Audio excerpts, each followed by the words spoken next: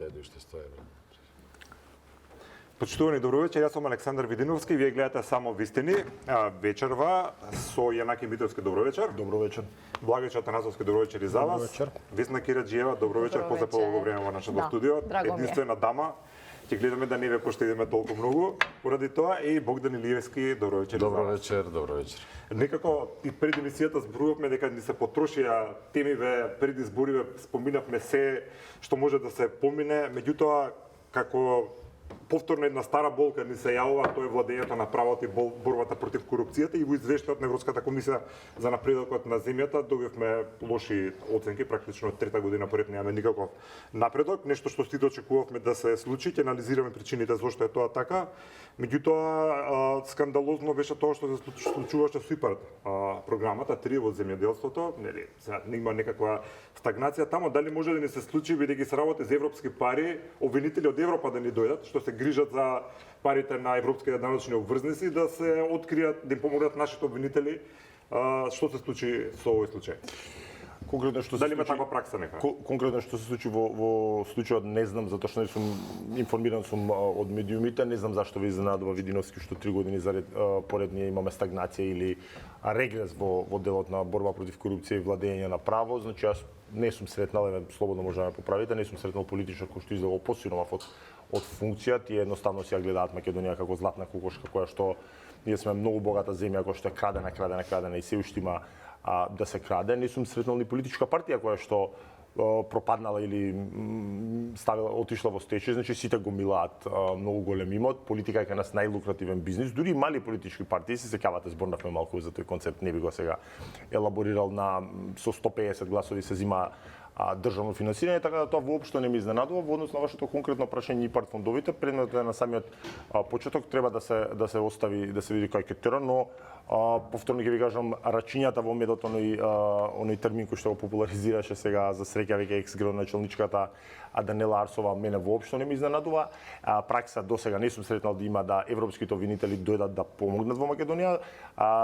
Не би било изненадување затоа што тоа обвинителство е надлежно само за тие пари, но за такво нешто ќе треба да се бара меѓународна правна помош од наша страна, колку тоа ќе се случи, останува да видиме. Веројатно би било пожелно бидејќи кај нас да биде лимитирано на правна помош, бидејќи кај нас не е тајна дека обвинителството и судството одамна не се независни. Да, велите дека сум се чудел зашто нема никакво поместување, констатирам само дека нема. Причината ми е зошто е тоа така, зошто според вас и да пошто имаме сега актуелна влада, зошто и таа според вас не направи побрзи или порадикални чекори за тоа што се среди. Видиновски, јас многу сакам кога ми ги поставуваат овие реторички прашања на кои што многу добро го знаете одговорот. Одговорот е прост, затоа што во Македонија политичарите крадат. Ја мојот одговор го знам. Ја сакам вашиот единствено нешто што македонските политичари им ја криво во Македонија што немаат трета рака за и со неј за да крадат. Мислам, ако тргнеме од оние скандалозни малце,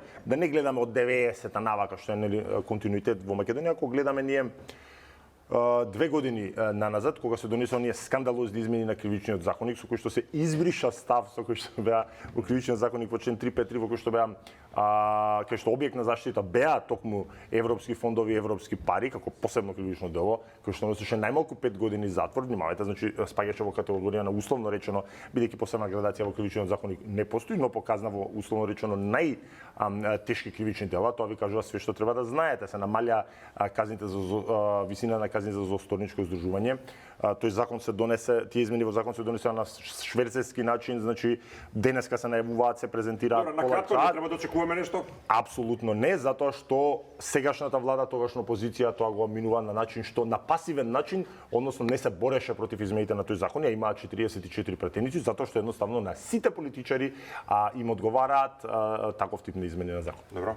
Исто до прашање или коментар за тоа што одборува? Па во однос на тоа е Европа дали може да влезе овде со обвинители, не знам, правниот систем Јанаки го знае подобро, мене ми е нелогично, се уште не сме дел од Европската унија да имаме Лаура Ковеси некоја тука да дојде да си брка работа. Има еден експеримент тие со Катица Јанева, таа беше нивниот проевропски обвинител, па и тоа некако лошо заврши овдека. Околу извештајот на Европската унија и состојбите во правосудството, јас очекувам, завршија локалните избори и така натака, очекувам она што го ветува премиерот и владата да започне да се реализира како што и тие си имаат план, каков и да е тој Го план. делиш песимизмот на Јанаки дека не може ништо да очекуваме од владата да промени во борбата против корупцијата. Нешто што беше едно од најголемите голема резерва, да не бидам докре песимист, но имам сериозна резерва дека дали ја делите сериозната резерва Ние дека доаѓаме од две различни позиции, тој е вклучен во правосудниот систем, ги гледа работите однатре но предпоставувам дека во неговата пракса има многу тотално неполитични случаи, не поврзани со било какво хипотетичко крадење на пари и така натака, нели оние мантри што си кажуваме 35 години, во кои што и обичниот човек страда затоа што некој некако фатил некој судија, нели по некој основ пријателски или не знам каков или плаќал подкуп и така натака и така натака. Ако мислев дека све ќе пропадне и ништо не вреди, ќе си барав некоја чаре. Јас верувам дека работите ќе бидат, не може да бидат нормално. Добро, на што го темелите благиот оптимизам? Па верувам во интегритетот на премиерот Мицкоски. Искрено како човек верувам, го познавам и верувам дека она што го кажал ќе се труди максимално да го спроведе. Тоа секогаш зависи од други фактори и од други луѓе, меѓутоа кога првиот има идеја, желба, нема основ таа да не започне да се спроведува. Околу време траењето, чекањето, знаете како на почетокот може да хипотетизираме и нема да погрешиме ако кажеме дека ако после 2 месеца влада, ако во јули или после феријата во септември, не знам, се почнеше некаква поозбилна владина акција во смисол на разрешување на обвинител и така натака, тоа ќе беше претолкувано како еве ги ВМРО-вци пак ставаат рака на судството. Ако не прави ништо, зошто ништо не се прави и така натака. А понатаму нели се влезе во некои процеси, членовите на судскиот совет кои што се бирани од собрание, им беше недоверба изгласана, се однесуваа како да нису одавде. Понатаму околу работата на јавниот обвинител, нели се започна една постапка и таму, но после се случи кочан и за мене е сосема оправдана таа одлука да не се продолжува со промена на републичкиот обвинител сред еден таков сензитивен случај. Ете, обвинението за таму е поднесено, оценките ги има разноразни, изборите помина, очекувам резултати. Добро. Кратко, не се согласувам со Богдан во овој дел. Сметам дека ако веќе планира ВМРО да помене тоа да го направи, треба радикален рез и да почне од господинот што го спомна. Значи, ајде, воред, сите сме имале разбирање.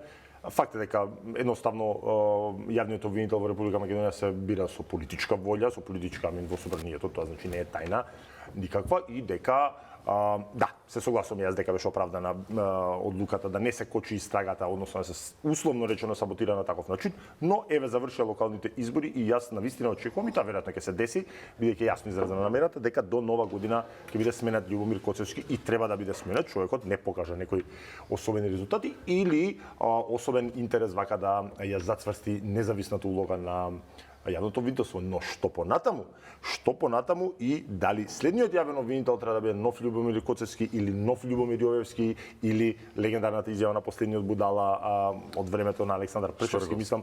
Прчевски беше, Александар Прчевски беше, значи што понатаму во однос на судскиот совет, знаете како?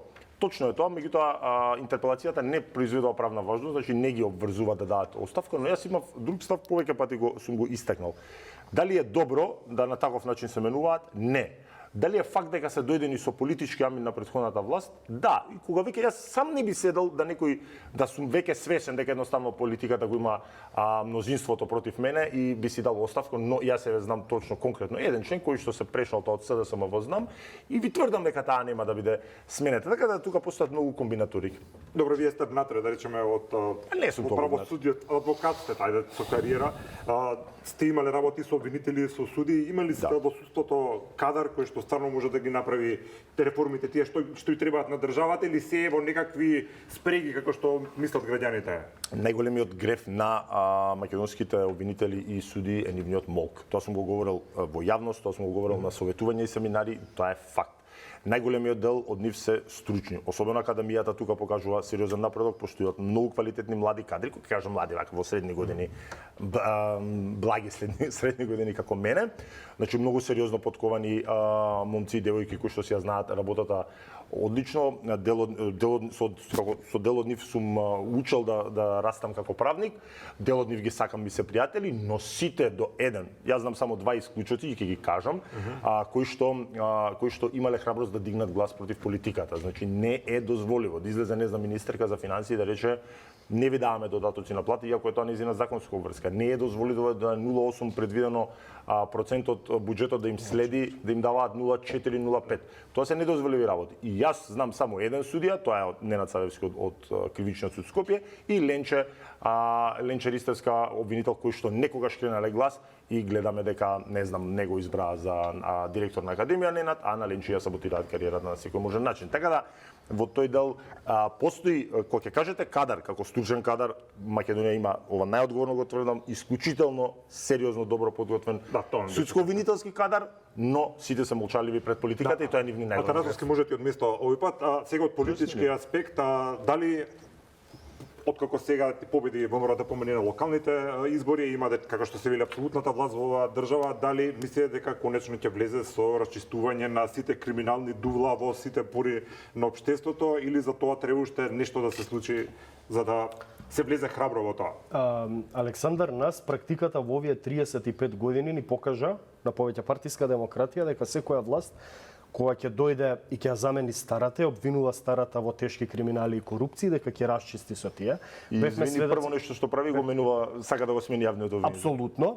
За жал, јавниот обвинител беа и поранешните нели Љупчо Коцевски актуелен, Љубомир Јовевски, Шврговски, Марко Зврлевски и Прчевски, односно сите тие беа презентирани во јавноста дека се продолжена рака на актуелното владеачко мнозинство и затоа ние во овие 35 години не создадовме, условно кажано, независен судско-обвинителски систем, односно тоа е третата власт која треба да биде независна. Јас сум голем скептик од проста причина што практиката нам ни покажала дека ние не може да се надеваме дека со доаѓањето на секоја нова власт ќе се воспостави нов судско-обвинителски систем. Да не се преповторувам со Јанаки, апсолутно се сложувам со неговите тези, само ќе напоменам, јас секогаш и во вашето студио, во сите мои телевизиски излагања, сум важел или сум бил поборник на најголем еврофил, односно човек кој апсолутно мисли дека треба да се почнат преговорите со Европската унија, бидејќи сум елаборирал дека само на тој начин гледам зрак надеж и зрак светлина во подобрување на состојбите. Бугарија ичне е корумпирана на пример.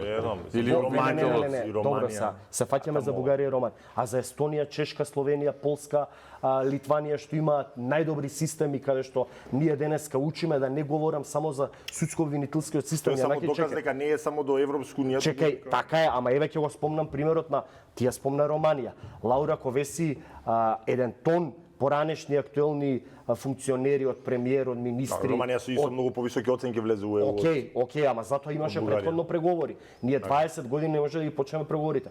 Втора работа, ја имаме Хрватска како пример. За да влези да стане полноправна членка на Европската унија, поранешниот премиер ефективно заврши во Санадер во затвор. Се имаме актуелен министер за здравство, каде што по пријава на европска институција беше инсинуиран, фатен во криминал. Не само што си поднесе оставка, во актуелната влада на Андреј Пленковиќ, тоа сакав да кажам, веќе кривично одговара. Ако ние одма тргнеме со дефетизам, еве ги Бугарија и Романија не треба да идеме во Европската унија, ја ви гарантирам, не во наредните 35 години, во наредните 350 години ќе имаме иста и полоша ситуација, не само во судско-обвинителскиот систем, туку на секое поле во функционирање на институциите на системот. Само да завршам. Ние покажавме дека немаме институционален капацитет да воспоставиме добро владење на институциите на системот и да воспоставиме систем на подобра на властите. Имаме разлика меѓу законодавна, извршна и судска власт.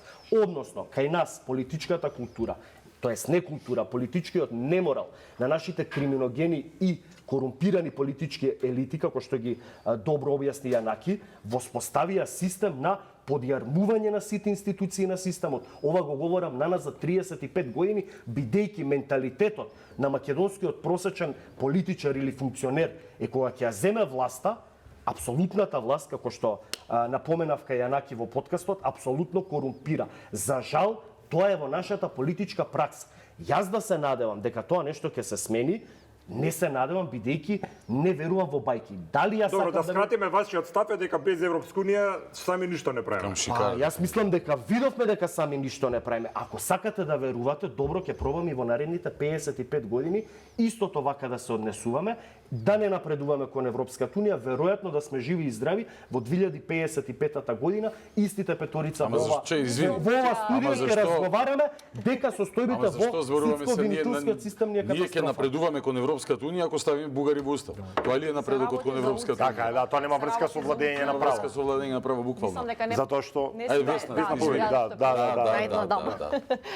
Мислам дека не е прашањето за тоа дека некој не сака да работи на подобрување на условите, приближување кон Европската унија, туку повеќе се работи за условите, односно јас ги нарекувам тоа се уцени. Ако ние постојано сме уценувани од едно во друго во трето, значи ние треба може повеќе да почнеме да гледаме дека можеби не е само исклучиво во кај нас проблемот во нашата политика, туку дека можеби од другата страна треба малку да се даде опција, да се даде шанса, да се пружи рака. Цело време ние пружаме рака и не стигнуваме до никаде со таа пружена рака. Го сменивме името, името го сменивме луѓе. Сега попружена рака од тоа не. А инаку никој извинете. Јас не реков дека ние треба да ги прифатиме сите услови од Европската унија. Само поставив хипотеза дека практиката во овие 35 години за жал нам ни покажала дека ние немаме политичка култура да може институционално да се уредиме државата и системот онака како што сакаме да треба и да живееме во едно општествено уредување на нормално поведение на целото општество. Само да завршам, може да.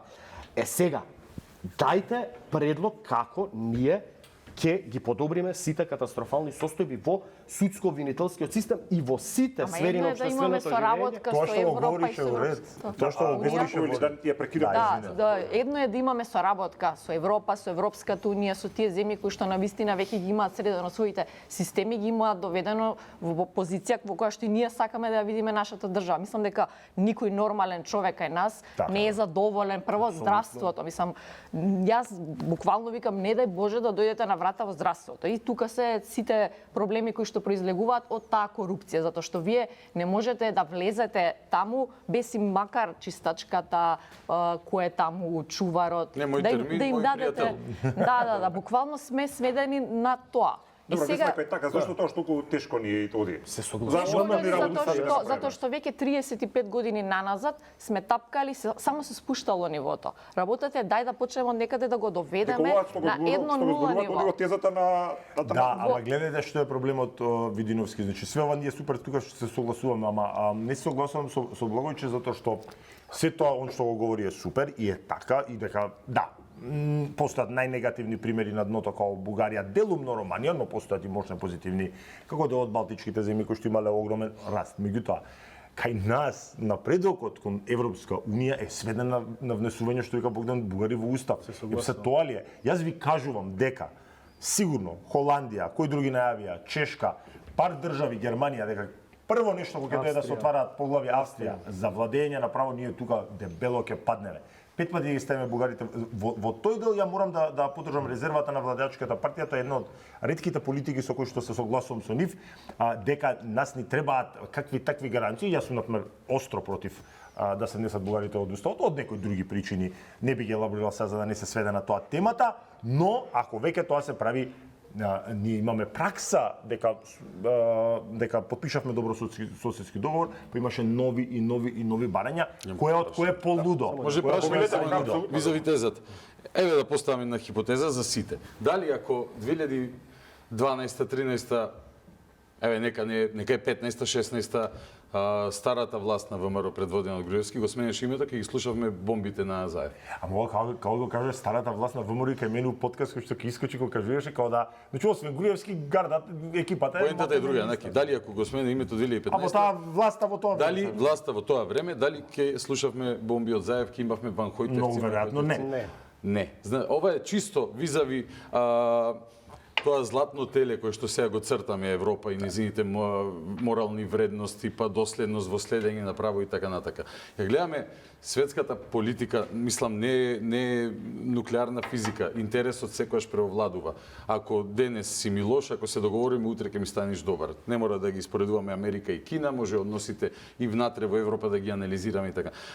За мене, клучно е за било каква промена да дојде. Например, ако зборуваме за потребите од промени во новинарската фела, од кого може да дојде решението, ако не од Видиновски, од мене, од сите луѓе овде. Зашто не дошло овие 35 години? Богдан, извини. Види, зашо, еве, Јанаки кажа, тивкоста, негласноста на Ама изгледа, не ме сваќате погрешно.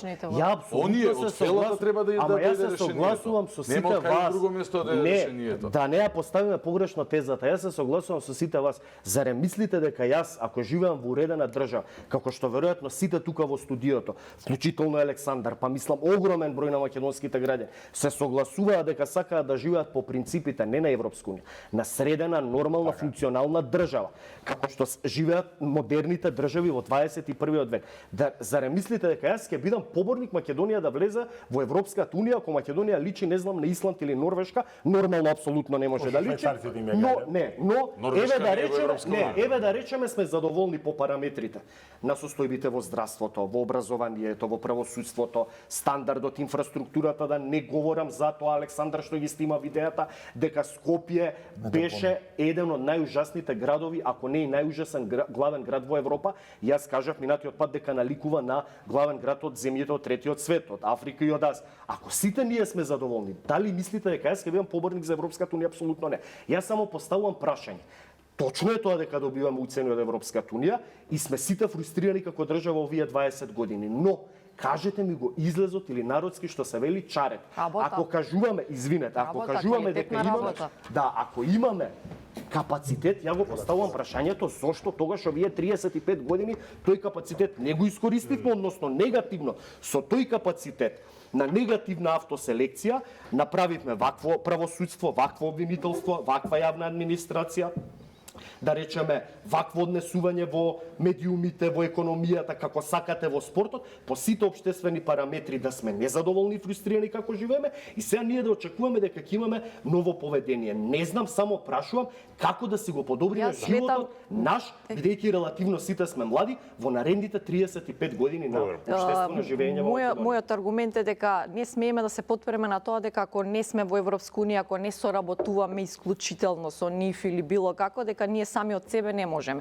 Значи секако дека треба да имаме соработка, излегуваме сите надвор, посебно младите, ги користиме тие бенефити кои што еве јас конкретно затоа што доаѓам од таа генерација кои што бевме го преживеавме и ембаргото на Грција, затворените граници и безвизниот режим и кога преминавме нели во тој послободно визниот режим, да, сега сме во безвизен, да. Точно така, фала Јанаки.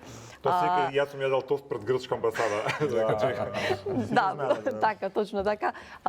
Сме поминале низ тој период кога знаеме што значи затворени граници и сега се надеваме нели на нешто подобро. Тој момент е што ете, ние сега во овие услови како што сме денеска, можеме да излеземе да видиме барем што се случува во Европа. Ако ништо друго повеќе што вашите видеа кои што ги снимате за чистотата во градовите, тоа можеме да го видиме за нечистотата или за чистотата која што има другите метрополи низ Европа и низ светот, да видиме нешто и да го пренесеме, да го донесеме тоа дома. И мислам дека кога го гледаме ние тоа, нема нестручен и еве Јанаки пред малку кажа дека сериозно знае дека има таков кадар. Јас знам од мојата фела дека има. А вие од вашата фела сте уверени дека имаме квалитетен кадар кој што мора да дојде до израз. Единствен таков излез е да престане тоа политизирање, партизирање во институции. Мината недела во сличен состав вака разговаравме со млади луѓе, интелектуалци, образовани и млади бе од нас. Да, малце помлади и нивната теза беше дека ние Европската унија не треба да ја гледаме како нешто хипотетички или некако замислена цел, туку како држава тоа да го гледаме како еден така наречен шорткат или краток пат да си ги направиме работите дома елементарно пристојни за подобро да живееме. Едноставно се работи за нас и за нашето живење. Мислам мислам дека ние тоа треба да го гледаме, посебно помладата генерација која што сега треба да дојде до прва, да стигне и до институции, до водење на институции, до менаџирање, до водење на држава утре, ама мора да се влезе од внатре, затоа што вака со говорење само си правиме муабети, меѓу себе сите знаеме што треба да се направи, ама кога ќе треба тоа да се сработи, кога ќе треба да се сработи или обратното го правиме или ништо не правиме, што е уште полошо. Повеќето јас ќе ти кажам што треба, како да ја наместиш камерата ваму таму, ама дај помогни ми. Значи тоа е проблемот што никој не ќе да скокне да помогне, да се нафати, да се ангажира. Сите нешто филозофираме, сите све знаеме. Тоа е проблемот. Делот анализите покажува дека во македонскиот јавен простор темата Европска унија е многу позастапена од било која друга држава и оние што претендираат од Западен Балкан да станат дел од Европската унија повеќе се концентрирани на своите домашни проблеми како да се Тоа ми е поентата дека не може само да се подпираме на тоа, ако влеземе во ЕУ готово си ќе ни биде. Не треба од нас да почнеме тоа што ни смета на нас, тука да почнеме ние да се бориме, ние да го работиме. Значи ние со наша сила, со наша младина, ние да го сработиме. Да не чекаме. Вие 35 години не се разбира. До сега тие наназад не го сработиле, не можеме. Не го сработиле. Па тие кои што биле политичките елити. И очекуваме дека во наредните 35 дека ќе сработиме. Значи не треба да ја сватиме Европската унија како магично стапче што ќе ни ги реши проблемите. Ја давам компаративни искуства дека преку преговорите со Европската унија ние сега нам најверојатно ќе ни бидат стопирани 130 милиони евра.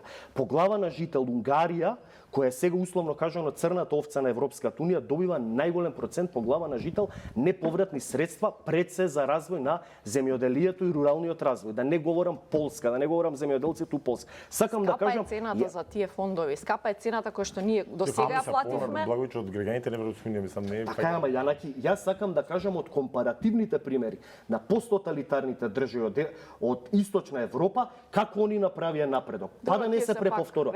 Па да не се преповторува. Што доколку и ние би биле ама не ме разбирате. Значи јас го барам условно кажано магичното стапче како ние да си ја направиме државата пристојно место за живење во наредните. Ама зашто не ја сработивме од овие 35 години? Тоа е прашање за нив, зашто не се сработува? Како за нив, за нас како држава? Еве зборевме со случај на станите во Коча. Добро, Благојче, зашто? Дај теза, зашто? Викаш зашто имаме корумпиран менталитет. Добро, во ред, корумпиран менталитет. Зашто треба го промениме корумпиран менталитет? Па како да го промениме? Еве го фативме директорот на агенцијата за финансиска поддршка. Пред 6 месеци. Чекај, а очекуваш дека ќе нема криминал? Не, ќе има, ама кај нас криминалот се случи да речеме во Кочани. Тука во ова студио говоревме дека системската корупција и корупцијата убива поради системски пропусти, поради корупција на врзани садови, се случи Кочани и после таков настан нам не отрезни како општество и како јавност да речеме луѓе дајте престанете со таа корупција. Ама и гледаме дека што се случува процес, не е тоа денес ќе кажеме па готово ајде тоа. Гледате ги го спомнате Кочанските настани ќе почне набрзо студењето, гледате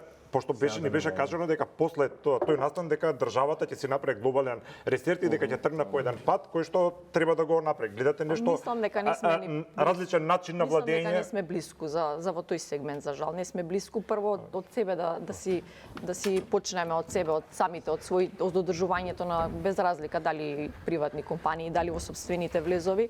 Мислам дека немаме многу подобрано во тој сегмент конкретно. Ете како што беше случајот со Кочани, па да преземеме нешто. Не знам, мислам дека се затворени поголем дел од дискотеките, меѓутоа пак гледаме некои што се отворени, не знам искрено колку ги исполнуваат условите, да не шпекулирам, не знам. Само за дискотеките, зборам за генерално за системот. Мислам дека општеството, системот не ни функционира затоа што не може, пак ќе кажам, не мислам дека тоа може преку ноги да се смени. Треба постепено да се почнеме. Дали гледате почетни николци на нешто дека почна да се менува? Па јас сакам да бидам оптимистична во овој поглед. Не сакам да гледам многу темно дека ништо не се менува, барем по изјавите кои што ги слушаме на надлежните, без разлика од која институција, дали од министрите, дали од премиерот, се добива некој позитивен драж. Колку ќе биде тоа вистина, колку ќе испадне вистинско на крај, колку ќе испадне реално, колку и тие самите имаат борба внатре со самите институции, со самата администрација со која што треба да работат. ќе биде процес кој што мислам дека ќе треба да видиме барем за некоја година, две, барем малку да видиме дали е вистина тоа што го слушаме, што го ветуваат и што го зборуваат дека ќе се случува, или ќе останеме на тоа како што сме денес и како што бевме пред 6-7 месеци. Јас ќе го делам оптимизмот или позитивниот драж на Весна во оној момент кога ќе видам политичка партија или политичка елита во наводници, бидејќи тие луѓе не се никакви елити, да ја пример скастри она што сите знаеме дека треба да се направи, го говориме, а ни една политичка партија не го прави бидејќи е рамна на самоубиство, зборам кога ќе дојдат на власт, а тоа е да скастри преобемната и тромава државна администрација која што патеме најслабо дигитализирана барем во овој дел на Европа сигурно, а веројатно и во цела Европа. Кога тоа ќе го видам, кога нема да се тоа што го направил градоначалникот на Георгиевски, новиот градоначалник на Скопје, да избркал 500 луѓе кои што злоупотребувале, земале плата неделена работа, се надевам со почитување на процедурите,